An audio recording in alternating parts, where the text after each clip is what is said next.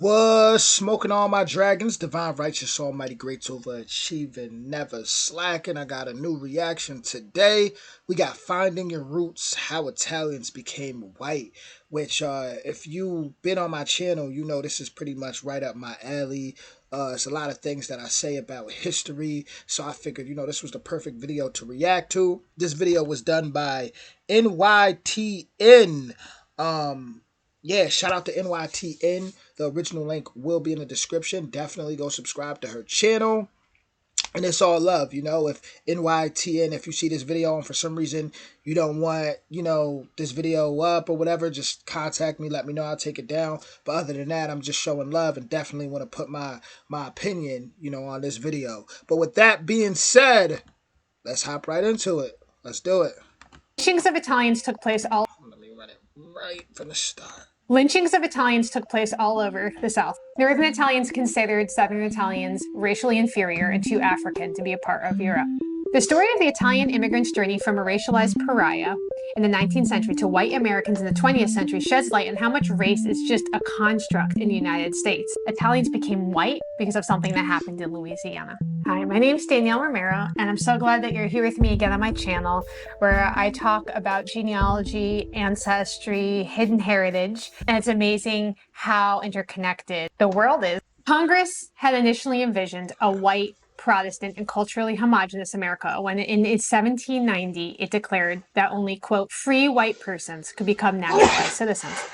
Waves of culturally diverse immigrants from Europe in the 19th century changed this perception, and Americans adopted a more restrictive, politicized view of whiteness. Because of their darker complexions, Italians, in particular Southern Italians, like my dad's family, were not considered white. This is particularly dangerous in the American South, where Italians were the second most common targets of lynchings, and in some areas were semi-segregated. Italian immigrants, particularly those from Southern Italy, like my family, faced racial discrimination in both Italy and the United States. I was able to find some documents showing my dad's great aunts coming over, and on the manifest for the ship, they would mark your nationality. A lot of them would say Italy, Italy, Italy, and for his family, it said Italy, and then and as a separate designation, South, just to let you know that they weren't Northern Italian. Northern Italians considered Southern Italians racially inferior. I love when people dive deep in the history and show you receipts like that and really give, like, it's an eye opener to things you might not have known, Inferior and too African to be a part of Europe. In the United States, Italian immigrants were subjected to racist stereotypes in books, magazines, newspapers, and faced discrimination in schools, movie houses, labor unions, and public spaces. Italians who accepted what was considered a black job or chose to live among African Americans, which was a very common thing, they often integrated into the same neighborhoods, were marked as black, and they faced violence from the mobs in the South in the same way.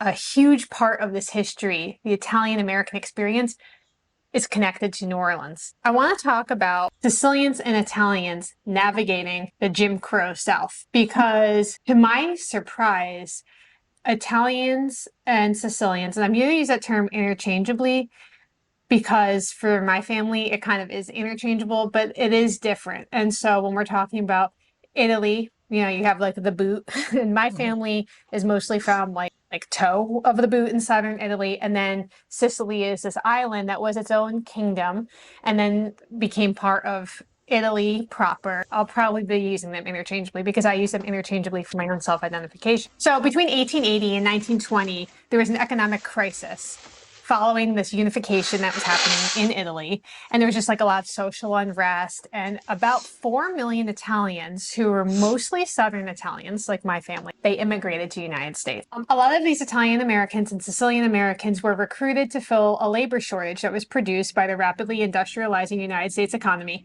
And a lot— Hold on, did y'all just read that? Experience on Louisiana plantations.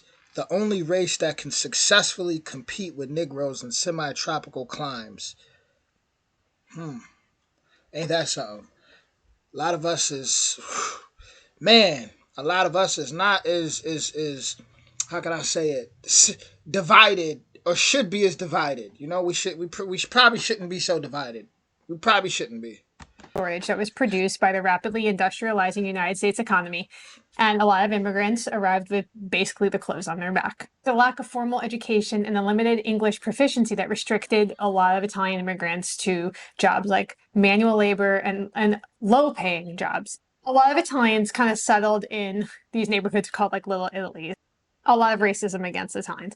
This was not just in the South and not in the North. It was kind of across the board. Italian immigrants and African Americans often lived in the same neighborhoods and worked together, and they were Wow, even when you look at the pay, Italians was pretty much getting the lowest pay right there. You know, because I know us well, at that time was called colored. We had to go and make our own. After especially after slavery, we had to go into and pretty much formulate our own neighborhoods. But one thing about what I noticed is so-called coloreds back then. What do we call it today again? African. Today we're like African American, right? Whatever. But back then it was colored.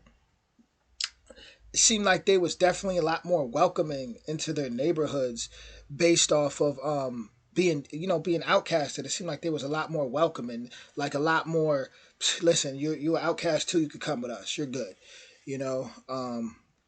Italian immigrants and African Americans often lived in the same neighborhoods and worked together, and they were considered basically the enemies of the Jim Crow laws. The Italian newcomers encountered propaganda against them when they landed on American soil. They were described in the press as swarthy and kinky haired and members of a criminal race. Epithets like Dago and Guinea, which was a term of derision. There was worse ones that I wouldn't feel comfortable saying on here. Much respect to her because a lot of people would just say it. I feel like more so out of ego because a lot of people have that ego of just like, well, who's gonna stop me? I say what I want, and it's about respect at the end of the day. You don't want to trigger certain emotions. That's just top negative. It says the penalties of blackness went well beyond name calling and apartheid.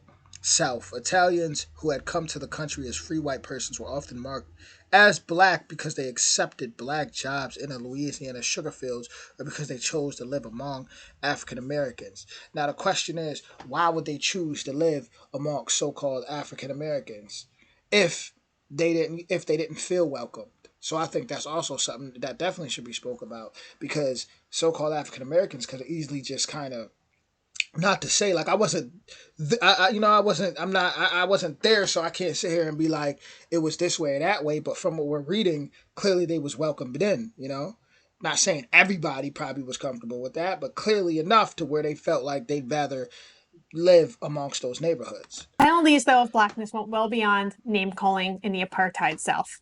Italians who had come to this country as, quote, free white persons, according to one article, were marked as black. Italian immigrants were often indifferent towards America's racial hierarchy. Hold on, let me read that real quick. Marked as black. Italian immigrants were often indifferent. The position of the Italian in Louisiana is very anomalous because of the race, or rather the Negro question.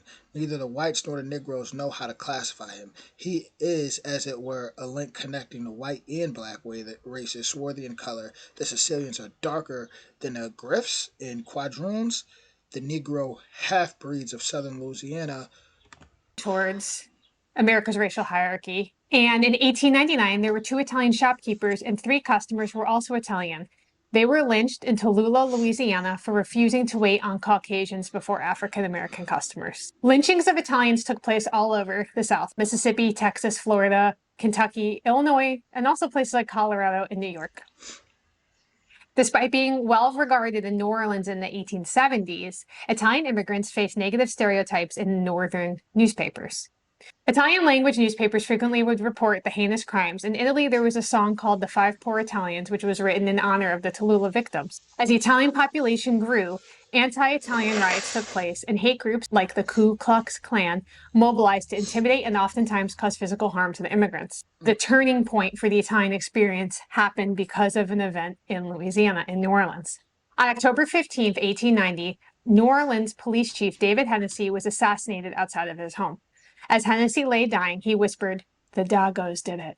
Within days, 250 members of the city's Italian community were arrested purely because of their ethnicity. 19 Italian men were indicted for murder. After a jury delivered not guilty verdicts in March of 1891, a mob of over 20,000 20,000 people gathered outside the prison where the men are being held in Louisiana, 20,000? yelling, "Hang the Dagos."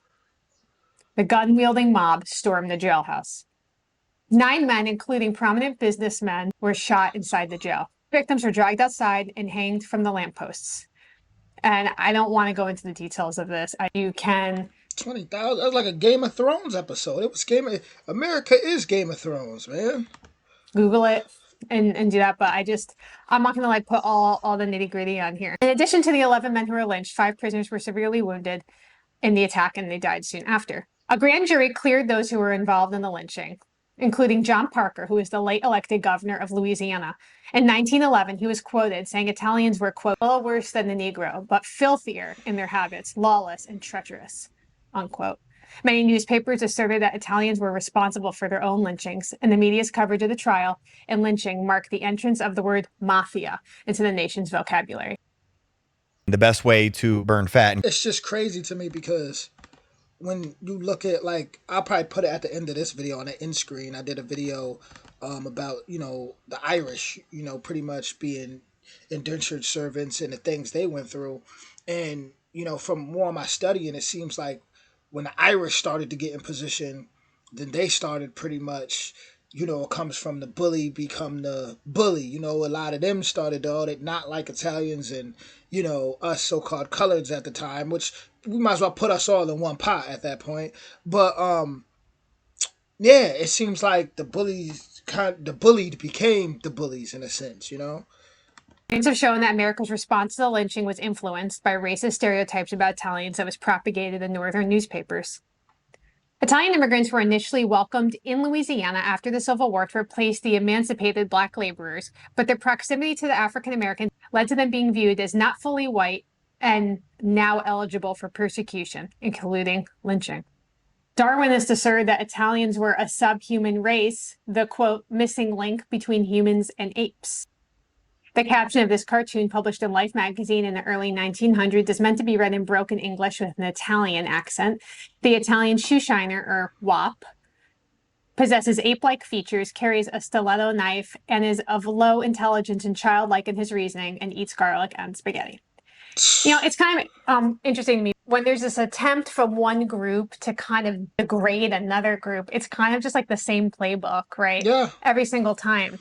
Yeah, because they used to say about us so-called African Americans that our brains were like small. There's actually a movie called, I think it's Goodbye Uncle Tom, or Goodbye something. It's a very disturbing movie about the slave trade, but it's like it shows scientists back then saying, the Negroid, our brains were so small and we were pretty much incapable of being civilized and inhumane, and we even when you look at the negritos, what they call them in the Philippines, when they took them and brought them over here and put them in the zoos in America, and it's like literally people were in zoos.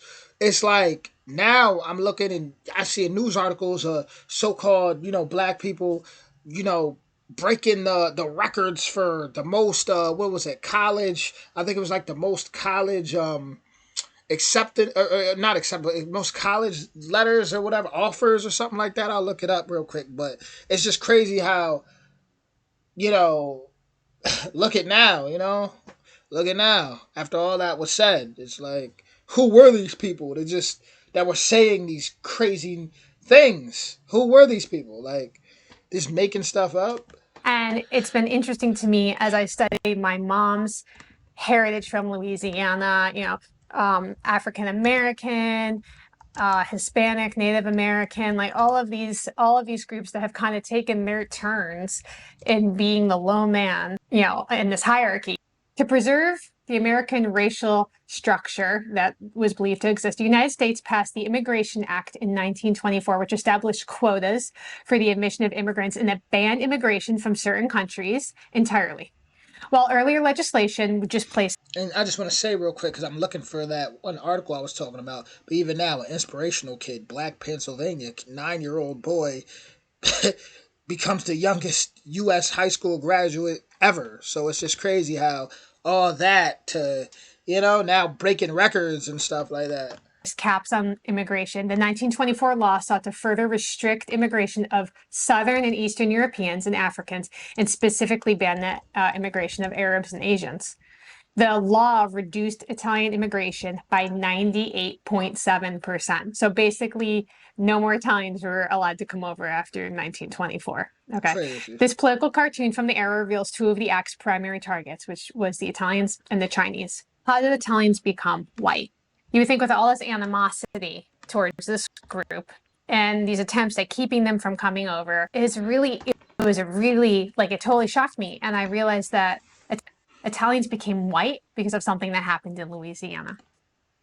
So the federal holiday that's honoring Christopher Columbus, which is, kind of on the chopping block right now, celebrated on October 14th, played a significant role in the process of Italian Americans being accepted as white during the 20th century. President Benjamin Harrison proclaimed Columbus Day as a national celebration in 1892, following the lynching of the 11 Italian immigrants in New Orleans as an attempt to placate Italian Americans and avoid a diplomatic conflict with Italy. Even though it was a very different experience than my mom's family, it's just another part of this American.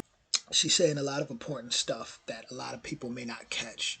You see, they did that because they didn't want that. Pretty much, they didn't want that conflict with Italy. You hear her say it right here. Hold on. During the 20th century, President Benjamin Harrison proclaimed Columbus Day as a national celebration in 1892, following the lynching of the 11 Italian immigrants in New Orleans as an attempt to placate Italian Americans and avoid a diplomatic conflict with Italy. Even though it was a very different experience than my mom's family, it's just another part of this American story of kind of losing your way as you become American. I think they didn't want a diplomatic conflict with Italy. So, but the problem with so-called black folks, right, in America, so-called African American, I'm gonna say, is and I'm gonna kind of go in a little bit, right, because when you look at, like, I've heard a lot of I got a lot of Italian friends. Where I grew up, they got a little Italy, all that, right, on the north side of my town, my hometown. A lot of Italian kids. So I would always hear, like, about this African ancestry that they had.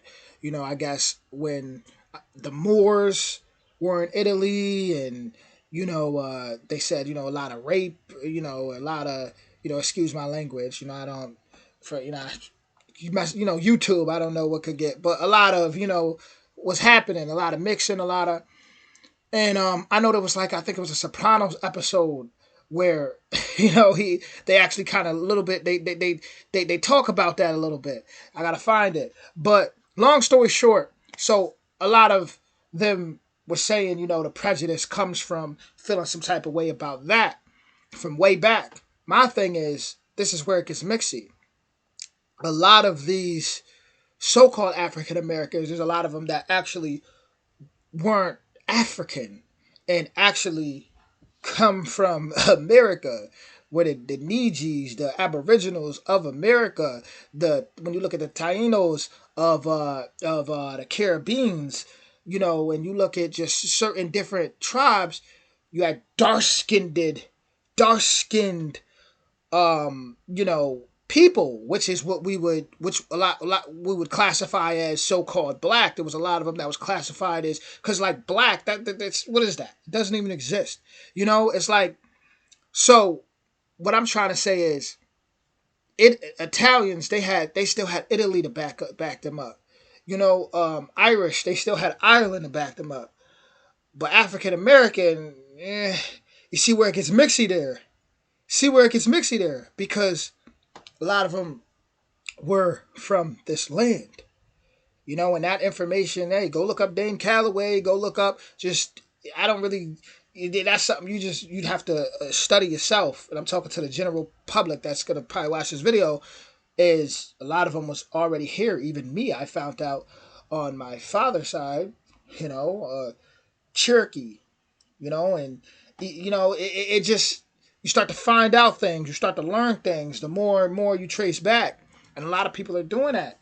And so that's the point I'm trying to make, is for a lot of Italians out there that might feel like, oh, they don't like so-called African Americans because, first off, how many different groups, the Moors, don't represent the whole Africa. That's crazy. But how many different tribes and groups have on the continent of Africa alone? But what I'm saying is, there was already dark skinned people here, what they'd call Indians or whatever they'd classify them as at the time, or call them at the time.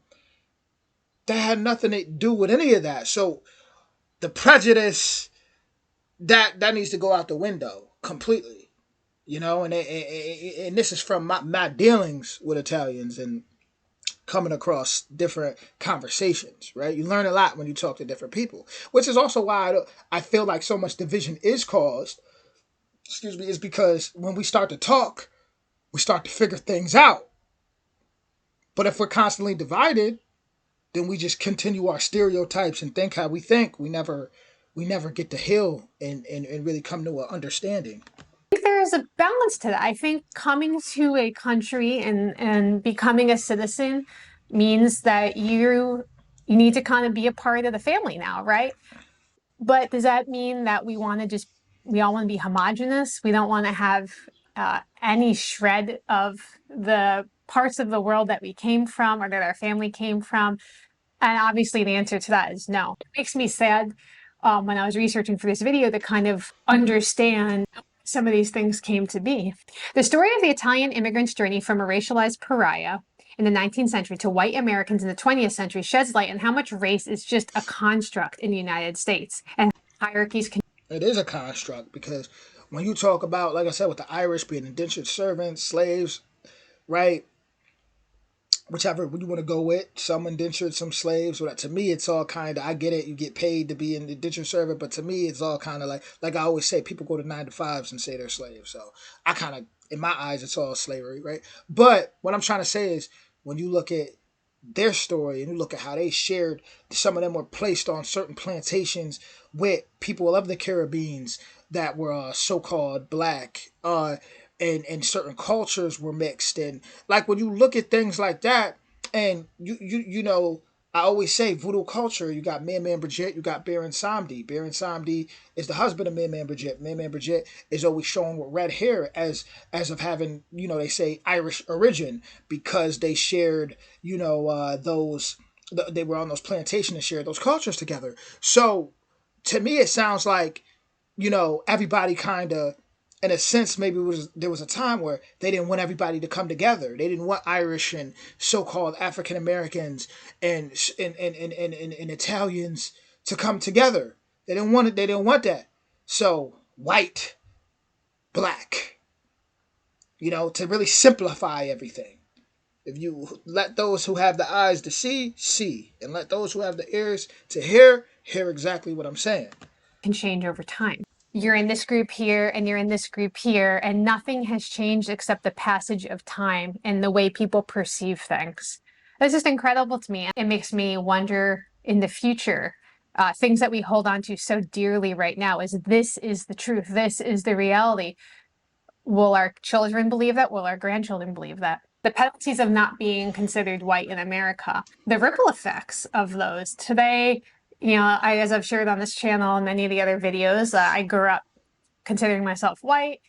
And, what does that mean? Okay, well, what it means is on my dad's side, I knew that we were Sicilian, Italian. On my mom's side, we weren't really sure, which is kind of why I did the whole Finding Lola stuff. But growing up, I had this understanding, at least, that I was Sicilian or I was Italian. And to me, that meant I was white. Now, it's interesting that being removed 100 years or so, what a different experience I would have had. What a different experience so many of us would have had 100 years ago to today. So Italian Americans are kind of an endearing part of the American subtext. And yet the history was rough and bloody. This same structure has been applied over and over and over again to all different groups. Let me know if you were familiar with the New Orleans lynchings of these Italian Americans. I plan on interviewing my dad for the channel. She's doing an amazing job. Seriously. You're doing an amazing job. I was familiar with the New Orleans lynchings for sure. And kind of getting his, thoughts on this. I'd love to know, like, what do you think about Italians and Sicilians suddenly becoming white at the turn of the century? Thank you so much for being here for these conversations, You can feel her heart. You really can. You can feel her heart. kind of getting to the heart of the way that we view identity here in the United States. And I think it's important to look back sometimes and make sure that we really understand where we're coming from and getting better every generation. Okay, it's something about her that just feels so genuine. So once again, let me just give her her flowers. You're amazing. Thank you for doing this. And once again, if for some reason you don't want this video up, just let me know. You can contact me on my Instagram or just comment on the video and I'll put it down. Either way, I still have major respect for you for even putting this type of information out there, because I say these things a lot through different reaction videos and different videos. I've said a lot of these similar things. How do I feel about Sicilians and Italians? Pretty much just, I feel like it came down to art of war. But the powers that be, the art of war, like, okay, division. We can't have people all together. We need to keep finding out how to divide people. And then us, so-called African Americans, even today, look at the music. Listen to, like, it's all seems like it was strategized. Like, look at these babies that just, they're influenced by just killing each other. It just now division, division, division. You know, division. Look at the 1930s. So-called African Americans were majority of the farmers. We look at places like Black Wall Street. That was the what like the most booming economy. Small, like it was booming. When it got destroyed. I just learned about a place in Syracuse that was a so-called African. I gotta keep saying so-called African American neighborhood that was, it was turned into something else. Central Park, Seneca Village, turned into something else. And one thing I noticed when I look into these places, and don't even get me started on all the towns that were drowned out. But when I look at literally flooded, but when I look at places like Seneca Village, you'll see there was still other immigrants that were able to come in. So it seems like the so-called African Americans, a lot of them being my ancestors, were very welcoming. Of course, they had to defend themselves. I'm sure a lot of them had many prejudice views based on how things were at them days, but you still see so much signs of welcoming. And this is not to demonize anybody, because I'm sure there was so many what would be called so-called white people that died that will never be spoken of, that were helping with underground railroads and helping, and much love to those people. It always comes down to the individual spirit at the end of the day. But she did such an amazing job on this video. This is going to be an eye-opener for a lot of people. I dated an Italian girl before when I was around 19, and she would tell me how, they had they had found out, they had so-called black somewhere in their lineage, but they didn't like the, her parent, her mom, didn't wasn't really feeling that too much. She wasn't really, and she didn't even want her with a so-called black person, because I remember she saying her mama said something around the words of basically how would it, it's about kind of about how would it look in a sense, to the public eye. So, a lot of people, and even us so-called African Americans fell victim a lot to that. The passing white so-called African Americans, there was some of them that, hey, they didn't want to be, they didn't want nothing to do with us, But when you dark like this, and your hair, ain't no hiding. So, but so much is being revealed, and man, so much is being revealed. Like, this video was really a breath of fresh air. I truly enjoyed it. I love history, especially history like this. I am a fan of her channel. Definitely go subscribe, guys, if you enjoyed this video. At the end of the day, unity is the answer. But it's war pretty much, and when you at war with somebody, you want to create a narrative so people see them a certain way. All these stereotypes, all these things, it's like people think black and they just think broad nose, kinky hair, dark person with big lips. All that comes from like those days, all those stereotypes that were put, when in all reality, there was so much, we have pretty much every phenotype. That's a fact, right? We have every, like when you talk about those natives, a lot of natives, you look at all of, you see a lot of dark skinned natives, what they would call copper colored or bronze. You know, this doesn't look black to me. It looks more. Where's a penny at? I put myself next. Now I don't got a penny, but if I had a penny, just put a penny next to me. It looks copper colored more so, like a darker copper colored complexion. But people have this. They live in this box where they think, oh, no, yeah, that's black. Oh, that's not black. That's not black. What is black? Go look at the oldest tribes in the forests of Malaysia, or the Negritos in the Philippines. You know, another one I seen off like the coast of Australia. Like all these tribes, they dark. So. But if they was over here, they would be classified as what? So-called black. So we got to start opening our eyes and see what's really going on if we want to get to the truth, man. And I push unity over here, not about division. If you got a good heart, you solid to me. But with that being said, I talked enough. Original link in the description. If you want more videos like this, make sure you hit that like, that subscribe, that notification bell. I'll see you guys all soon. Much love, y'all.